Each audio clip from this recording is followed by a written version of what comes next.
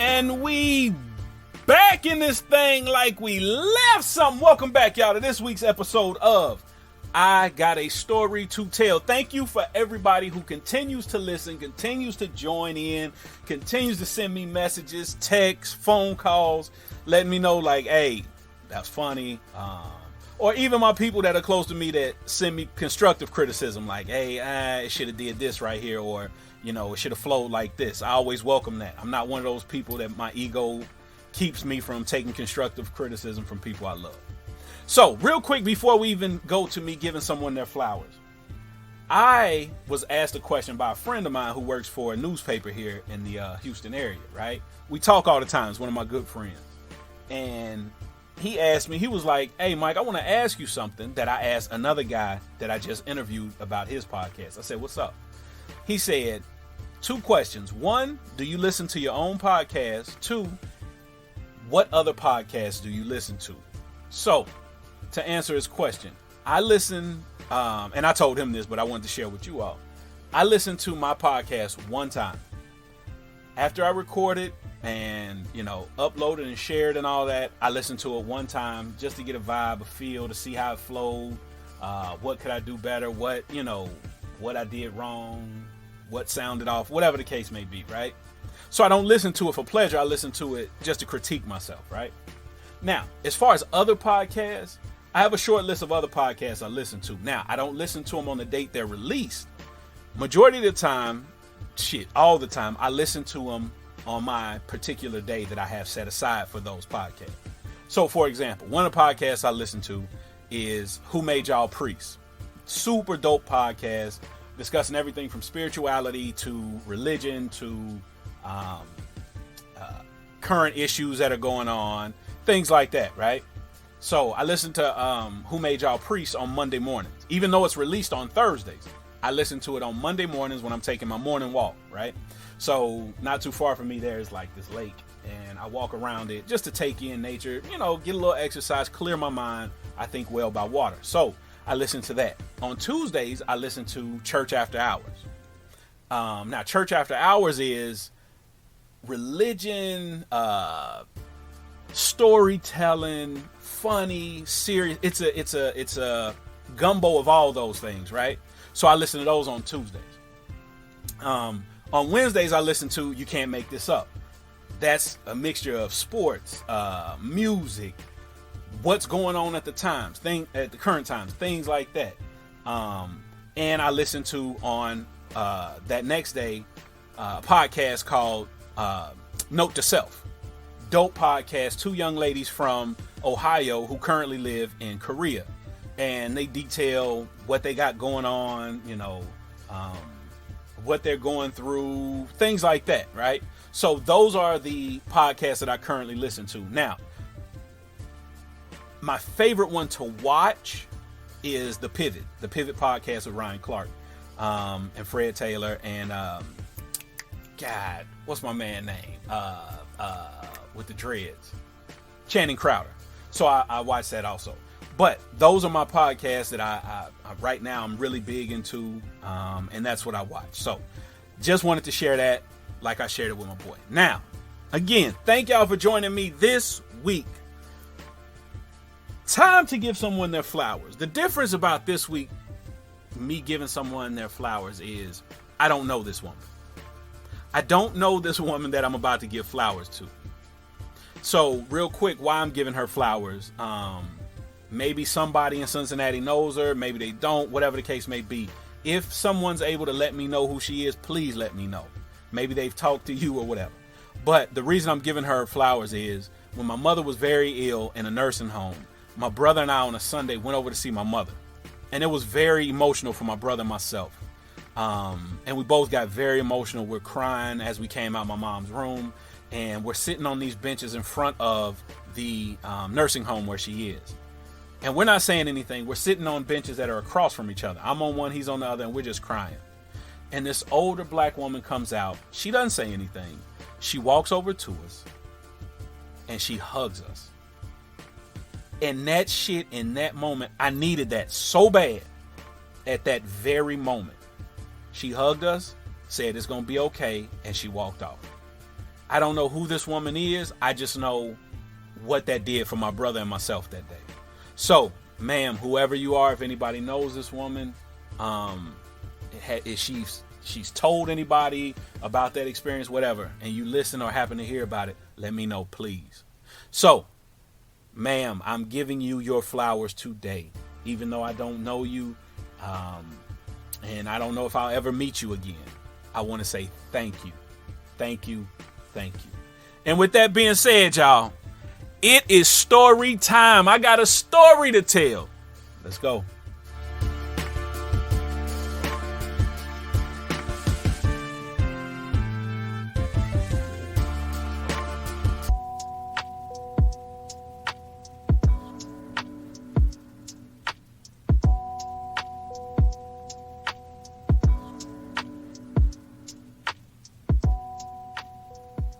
So, this story takes place in 2001. That's two zeros and a one.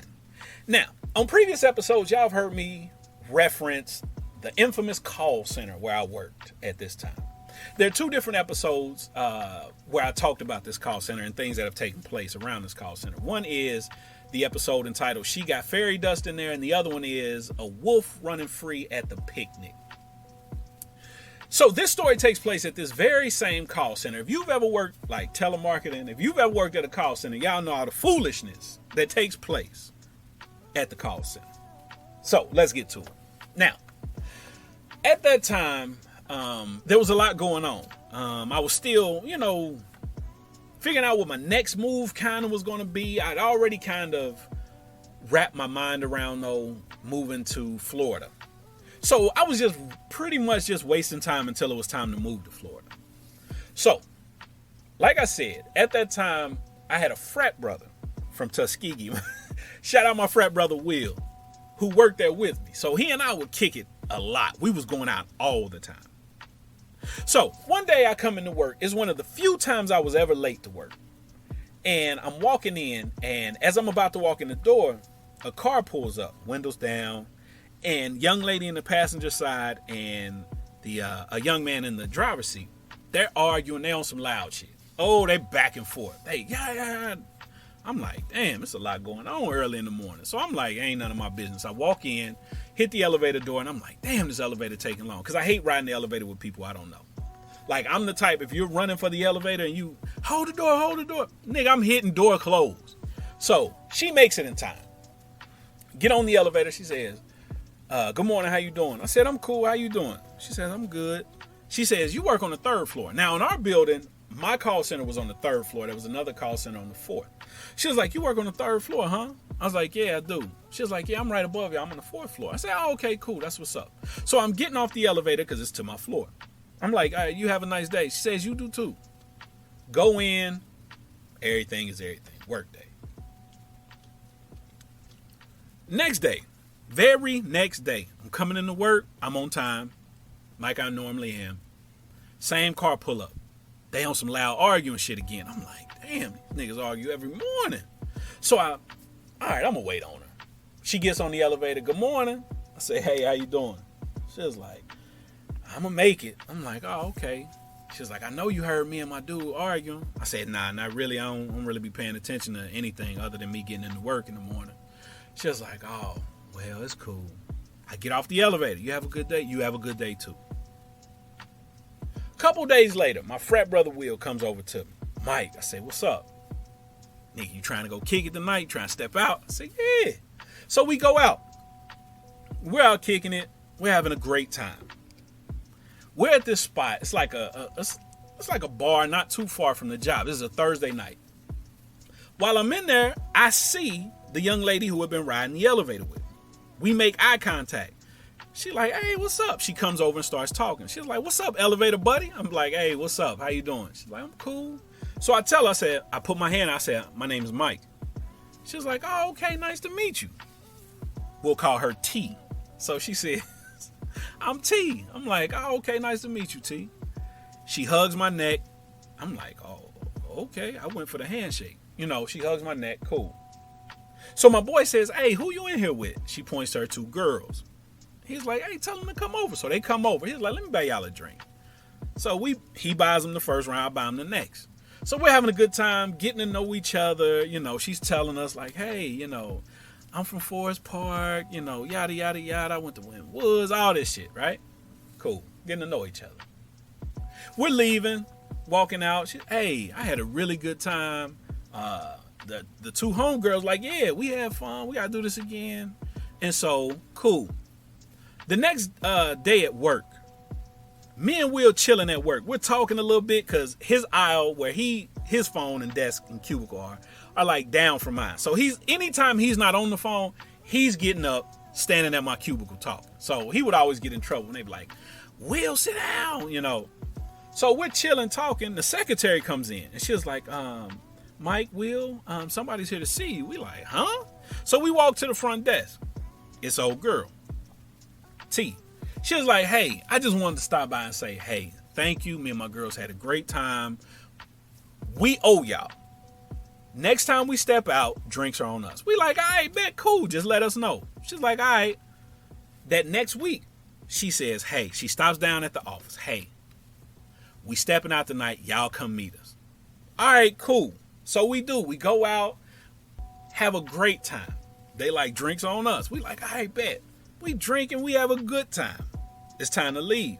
So right as we're leaving, old girl T grabs my arm and we're walking. And she was like, you gonna make me come home with you. Ha ha ha. So she throws the ha ha ha on there, like the laugh, to kind of make it seem like she playing, just in case I be like, nah, I'm good. She can pawn it off as, oh, I was just joking. Or if I be like, well, shit, come on, she down with it. So I get what's going on, right? So I'm like, nah, I don't want you to get in trouble. She is like, I ain't gonna get in trouble. Shit, he be mad about everything else anyway. I'm like, nah, you good. We get to her car. She was like, hey, here, take my number. So I take her number, I give her my number. Every now and again at work, she'll stop down, hey, what's up? We'll run across each other, like on the elevator or coming into work or whatever. It was always a, hey, what's up, what's up, what's up? Every now and again, she'll send me a little text. We'll talk for 5 seconds or whatever the case may be. Now, at the time, she was in nursing school. So she was working at this place to pay for nursing school. And so she would always tell me like, man, it's hard. Nursing school is hard. Then I got 2 kids at the crib. Because she had kids. She had 2 kids at the crib. She had this dude she was always into it and all this shit. So she really had a lot going on, right? So I used to feel kind of bad for her. But we stayed cool. Now let's get to the story. So, one weekend, some weekends down the road, I go to Atlanta to kick it with some of my friends, right? Now, at the time, my sister was living in Atlanta.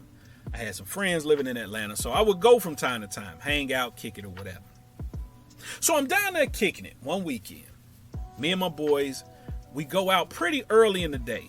We doing a lot of daytime drinking, get done drinking, go to the crib, chill for a little bit.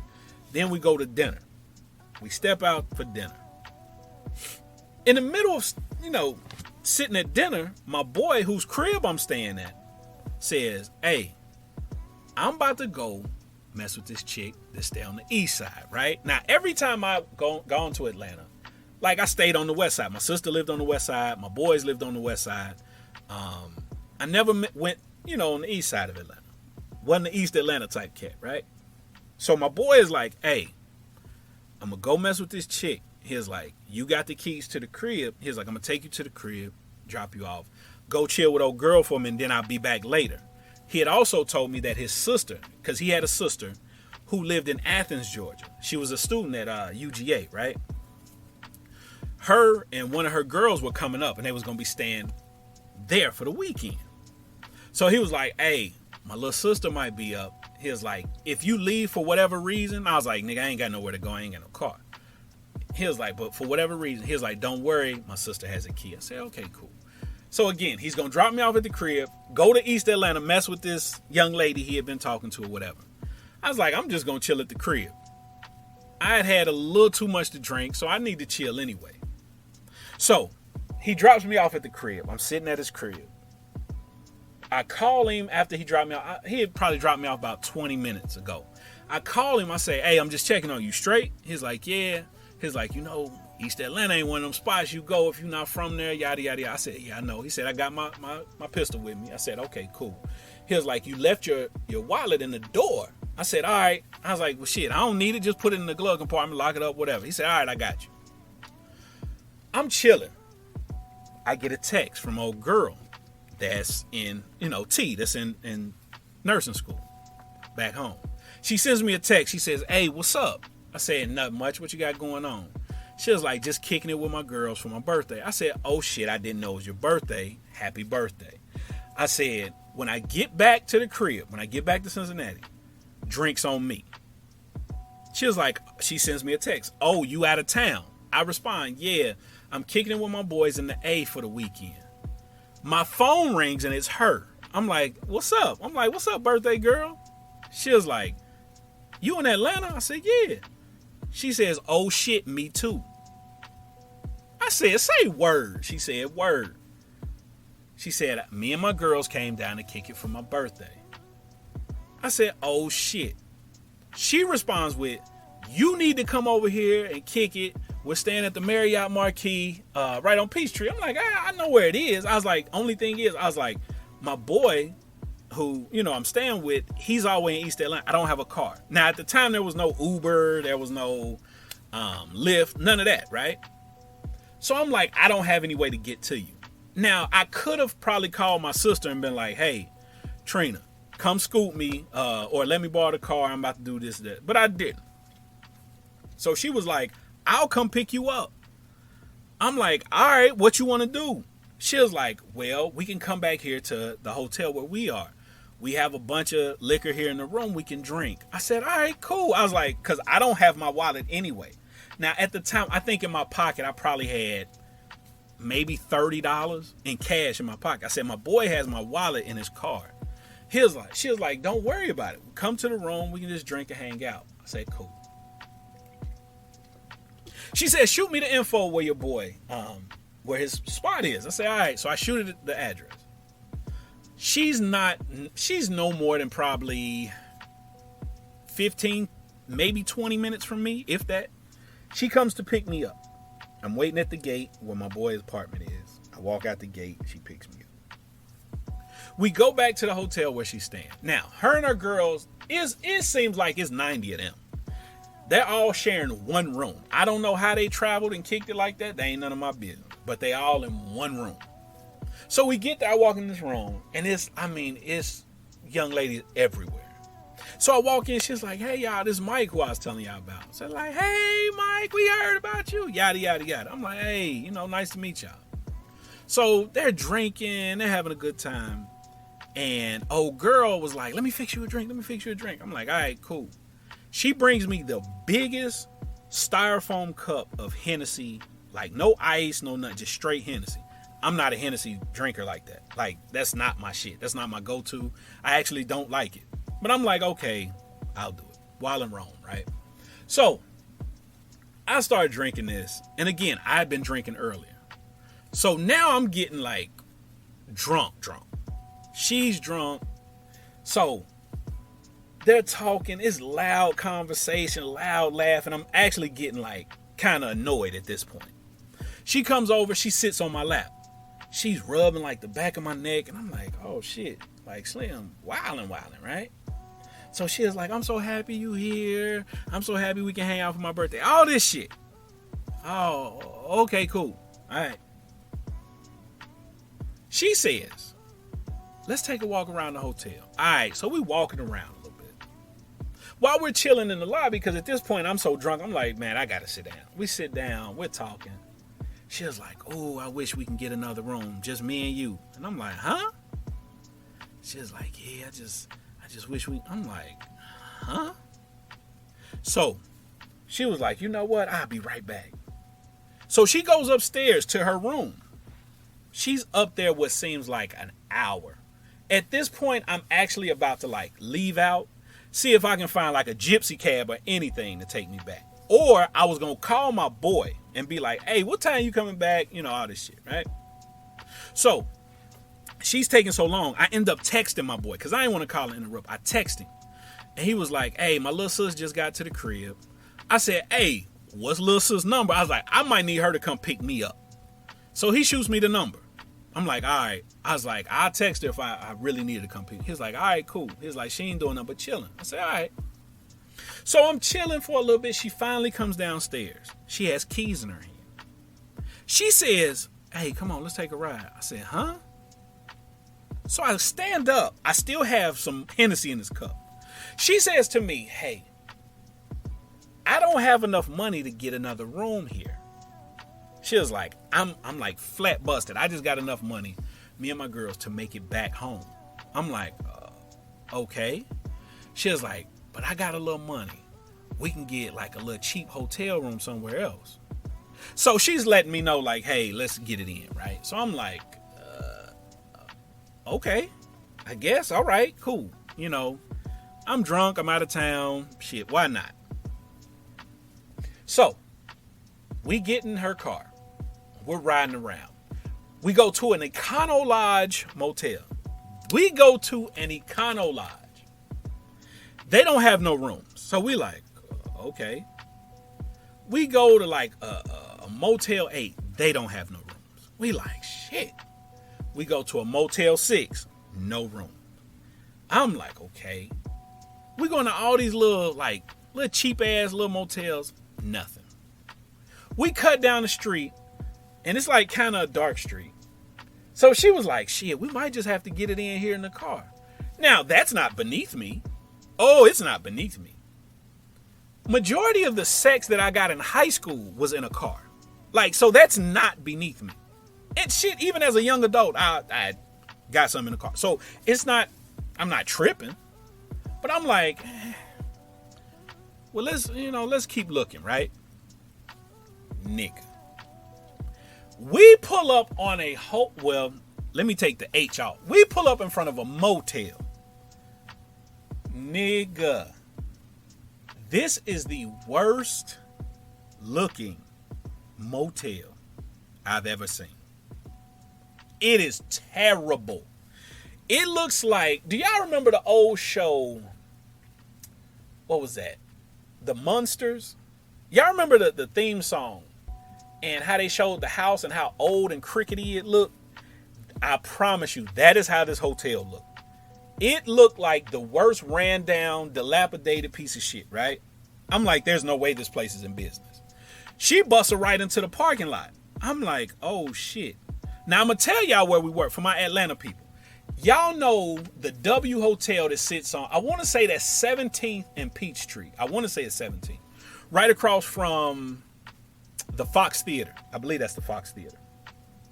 And like up around the corner is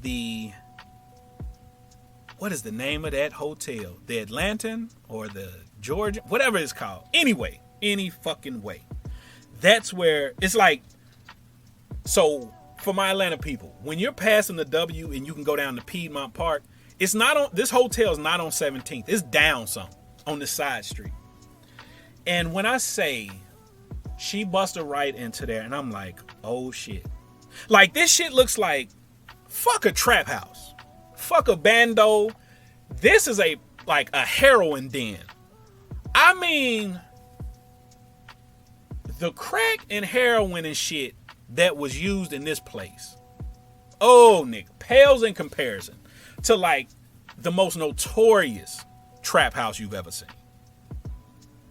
Nigga. She busted right into the parking lot.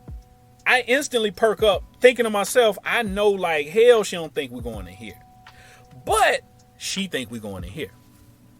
So we pull up. She was like, this can't be too expensive. I'm like, hold on. I'm big on hygiene and like where I do anything at. Where I lay my head, any of that, right? So she puts this bitch in a parking spot. Opens the door. I'm like, oh shit, she dead ass about this, right? So I get out with her. We walk to this door. The door is locked. It has a sign with an arrow pointing around the corner to the side. So we walk around the side. There's a dude sitting behind some glass with the little silver circle microphone vent that you can talk through. and like a little thing you can slide money and shit into. She like, how much for a room? So dude tell us like $40 for the night. But then it was like on some breakdown of like $17 for an hour. So she looks at me and was like, shit, how long? This is exactly what she says to me. Verbatim. How long you think you gonna be up in it? I'm like, excuse me? She says, you know, it's good. Every time a nigga get up in it, they don't last long. So how long you think you can be up in it? Is an hour enough? Oh, she's coming at me sideways. I'm like, oh shit. Like she's so direct and like that's how she moving. That it's kind of like clutch my pearls like, oh shit, hold on, Slim. Like you ain't just gonna be coming at me like this. Oh, but she coming at me like this. So I'm like, shit. Like I've never been backed into this corner before, right? So I'm like, shit, yeah, an hour. So she pull off a hot 20, slide it to him under the thing. He shoot her the keys. The key got a keychain on it. I'm like, oh, this is some real throwback shit. Who in the 2000s is using keys like that? Like it got a whole brass key, like to somebody's crib. So he shoot her the key.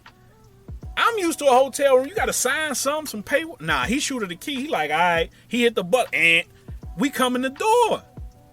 As we're walking by, is another little window inside, like where the office is. And he's like, hey, the elevator don't work. Y'all gonna have to use the stairs. It's on the 4th floor. I'm like, oh shit. The stench of this hotel, y'all. This shit smelled terrible, right? Like it was a mixture of dog shit, a dog cage, a nigga cooking dope. Like it was just terrible. Like any secretion, like it was like a nigga like balled all the stinkies up, like all the stink smells ever created, made a gumbo and threw that shit in this hotel like a stink bomb. Boom. I'm like, oh shit, carpet dirty, lights dim, like it, oh my god, walls like terrible, right? I'm like, wow. So we hit the first step, like the first thing of stairs, right? I'm like, oh shit. Like I really feel like I'm walking into some shit, right? So I'm like, I can't believe I'm doing this. Like I'm replaying situations in my life. I'm like, Michael, how did you get here? Like I have to talk to myself. Like, nigga, what are you doing? Like, nigga, you're in a terrible motel, about to get it in. You're halfway drunk. There's no telling what rodents are gonna come running out. What type of roaches this got like in here? Like I'm really feeling like, y'all know the scene where Eddie Murphy and Arsenio got the apartment in Coming to America. Yo, Stu, your rent due like that. That's what I'm feeling like, but it got carpet. That's the only difference. Oh, nigga, it's terrible. Walking up the second set of stairs. I'm like, oh my God, I gotta get my life together. Like, I'm talking to myself like this. Michael, you have to get your shit together, because there's no way you belong in this building. I'm talking to myself like I'm a parent, right? But my legs ain't stopping. My legs like, nigga, hey, yeah, you got to get it together, but keep walking. So I'm walking. We get to the third stairwell. I'm like, oh, shit, man. You really about to do this, dude? Like, you really about to go through with this? You're really about to smash somebody in a terrible, seedy motel. You know, how are you doing this? Like, why are you doing this? Man, we get to that room. She stick the key and open the door. Man, if I could tell y'all how this room look, it is so terrible. It has like wood paneling on some of the walls. Then the other two walls are like on some brick. Like, y'all know how niggas in the project had like brick walls and shit? Like, it has some brick walls on like a couple of the walls. There is a bed that's sitting so low to the ground. Like, it damn near look like a nigga made a pallet, right?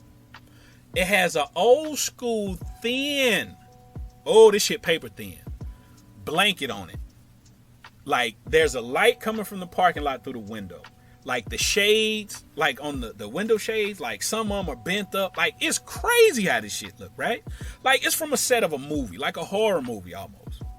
A bullshit TV that's sitting on, like, it's not even like a chest of drawers, right? It's almost like a little side end table that a nigga threw in there and plopped the TV on. There's a sink. The bathroom is utterly disgusting.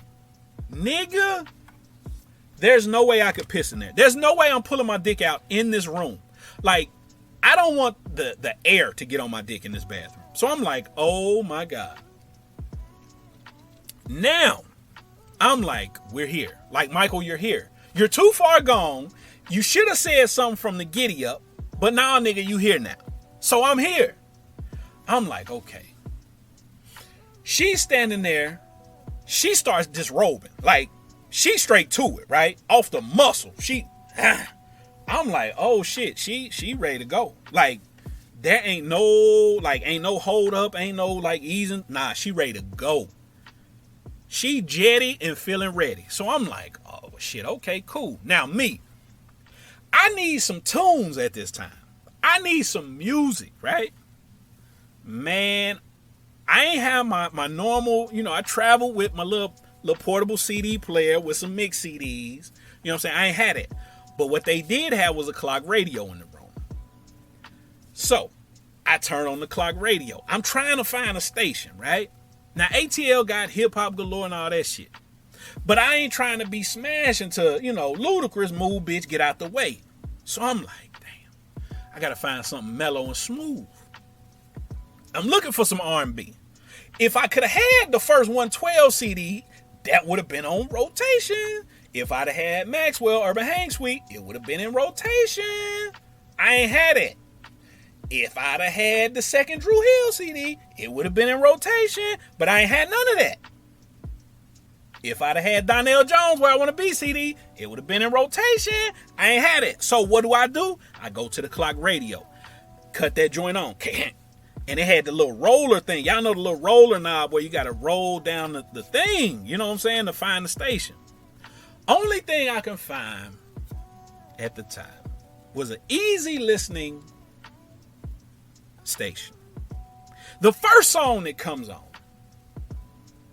Who's Gonna Drive You Home Tonight? That's my shit though, right?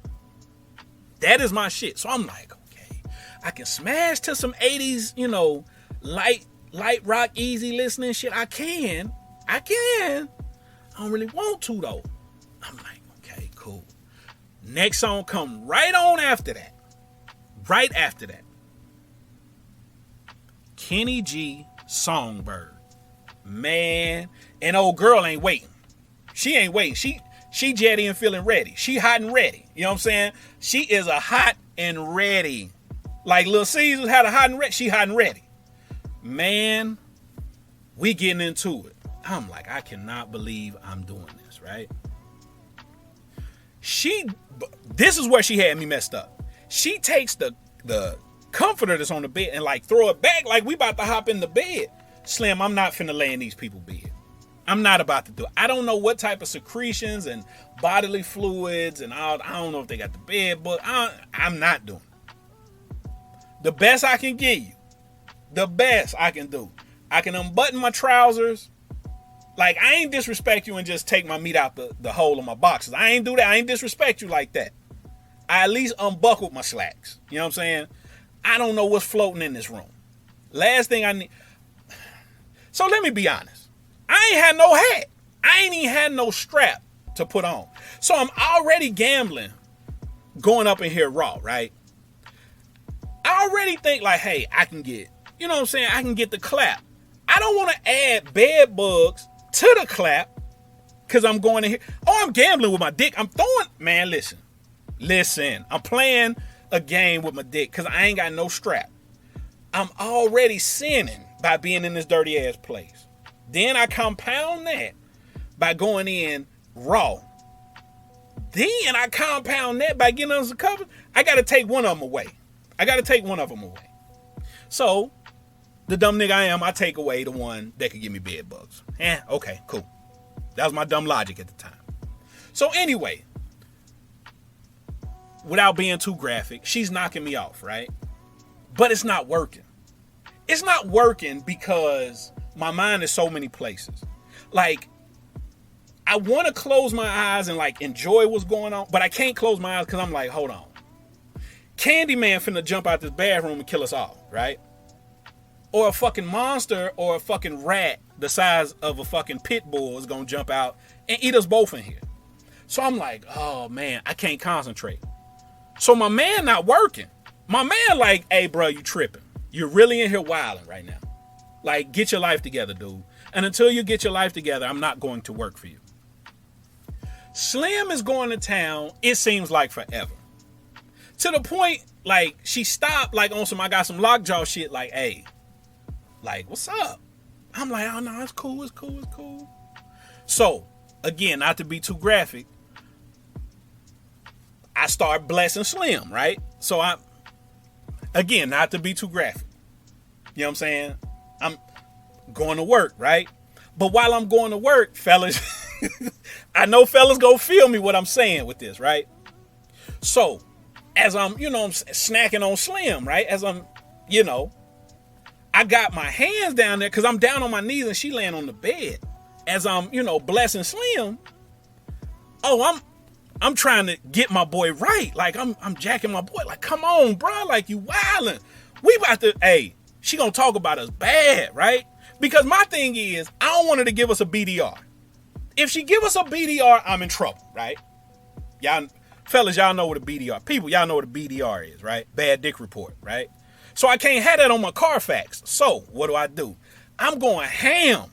Oh, when I say, man, listen, I'm about to pull that thing off the hinge as I'm snacking on Slim. So I'm like, man, this shit not working. My mind is all over the place, right? So now it's going on so long, like she didn't climax like twice, you know what I'm saying, off the eating. So I'm like, oh man. Again, y'all forgive me for being too graphic. I try not to be. But I gotta paint the picture for y'all. So I'm like, damn, I ain't bust. She ain't, you know what I'm saying? We ain't completed the deal. Hey, this hot $17 paid for an hour. We coming up on 40 minutes now. So, hey, you got 20 minutes to get to it. Man, listen. So now, I'm still on soft. Again, not to be graphic.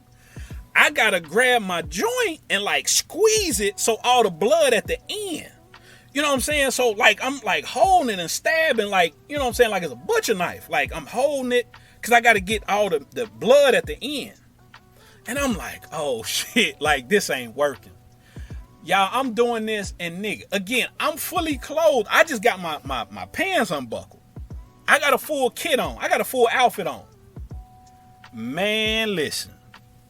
After doing that for about a hot 13 minutes, nigga, I'm sweating profusely, right? Man, listen. I am sweating. I'm hot. I'm like, man, this just ain't gonna work. So I gotta give up. I say, you know what? This ain't right. You know what I'm saying? The situation's not right. So she like, oh, okay. Like, she looking at me some type of way. So I'm like, oh, shit, this not good. This is not good. So, we wrap up.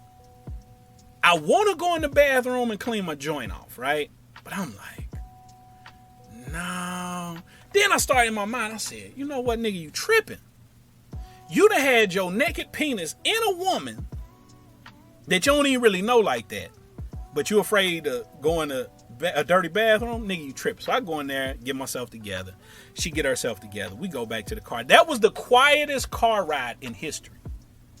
She drops me off in my boy crib, right? I get to my boy crib and I'm just shaking my head like, nigga, I should have stayed here. That's all I'm thinking to myself. I'm like, man, I done got a BDR. It can't happen no more, right? I cannot get another bad dick report on my Carfax, right? So now I'm thinking like, but she cool though. So, she ain't tripping. She know what it is. She cool. So I text her. I'm like, hey, you know what I'm saying? I hate the shit went like it did. I hope you have a good birthday. Safe, yada, yada. Be safe. Have fun. Radio silent. She don't hit me back. I said, oh, shit. But finally, a couple hours later, she hit me back. Like, I dozed off, yada, yada, yada. Cool. So I'm thinking everything is everything. Everything is cool. Everything is cool in the game, right? I'm like, oh, man. I avoided. Well, okay. I got a BDR because I didn't perform, right? But I don't think she gonna put it on my Carfax, right? It's like a car accident. You might have like had a little quick little fender bender with somebody, but you ain't gonna report that, right? So nobody know. Everybody's safe. Okay, cool. Man, listen. I thought I was cool. I thought I was safe. Man, about 2 weeks later, back at the crib, I'm at work. My boy, my frat brother, he say, nigga. I say, what's up? He say, man, old girl talking about you bad. I say, what? He say, nigga. She told her girls like you wasn't about shit. I'm like, oh. So he already know the story because I had told him. He was like, yeah, she talking about you bad, dude. I'm like, shit. So I know at this point. I know. I said, I got a BDR. It's on my Carfax. Then I start accepting it. Won't be my last. I'm going to own every BDR I've had. Now, what I won't own, like there's some things on my Carfax I won't accept, right? Like a BDR, if I did it, okay, I'll take that. Now, you're not going to lie on me either, though. Don't lie on me and you know what? Don't lie and say, first of all, don't lie on me and say we had sex and we didn't. Because I know, there's 2 young ladies I know right now. I don't say young ladies, they grown as shit now. They grown years old. That have lied and said we've had sex and we didn't. But that's another day, another subject. But if I didn't, like, if I did and it was whack, I can take that. That's cool. I get it. But anyway, so old girl's talking about me bad. Every time I see her, it's a quick, hey, what's up? And keep it moving, right? So I say to myself, one day sitting at work, and it's eating at me. I say, you know what? I got to redeem myself. I got to figure out how to get back in here and show her that I'm no punk bitch, right? That I can do the job. So I'm trying. I'm hitting, hey, what's going on? You know, what's going on? We need to link up. Every time, nah, I'm good. Nah, I'm good. Nope, straight, I'm straight, right? So then in my demented mind, I forge a plan. I come up with a plan. What's the best way to get a chick to want to give me some pussy? That's what I'm thinking. What's the best way? Have sex with her friend. This is my thinking. Have sex with her friend and be so amazing that her girl got to tell it. So what do? Cool. I get super cool with one of her girls. I know they tight too. Oh, I know they tight. I know they're cool as shit. Part of me was like, I don't know how to go about this because they're so tight that she wouldn't break that bond. But I'm like, I've seen little things. She said little things that makes me believe she'll break that bond. So what does she do? She breaks that bond. Me and her friend get it in. Oh, nigga, I'm in there. Man, listen, I'm on some Jake Steed, right? I'm on my Jake Steed. Like I'm in there wilding, right? Oh, we have a great situation. I mean, a few times over. The chick, T, that I initially had the bad BDR with, finds out on some secret shit and approaches her friend like, I can't believe you, yada, yada, yada. And I guess they get to talking. She tells her like, hey, you tripping because, hey, it's like that. Me and old girl, she drunk one night, she calls me, hey, I'm going to give you a chance to redeem yourself. Nigga, what? Bet. Man, we link up. I got 2 BDRs from the same young lady, y'all. 2.